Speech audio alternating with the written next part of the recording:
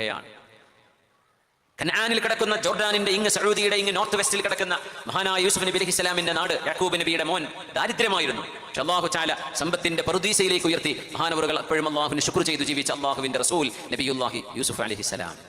റബ്ബി ഖദ് ആതൈതനി മിനൽ മുൽക്ക് വഅല്ലംതനി മിൻ തഅവീലിൽ അഹാദീഥി ഫാത്തിറസ് സമാവാതി വൽ അർദ് أنت ولي في الدنيا والآخرة توفني مسلما وألحقني بالصالحين.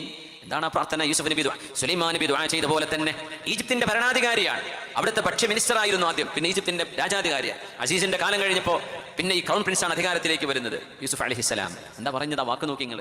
ഉമ്മയും വാപ്പയും കൊട്ടാരത്തിലേക്ക് വന്നു, 10 ജ്യേഷ്ഠന്മാരും വന്നു. അനിയനുണ്ട് ബിന്യാമീൻ റഹ്മത്തുള്ളാഹി അലൈഹി, അദ്ദേഹം അവിടെ ഉണ്ട്.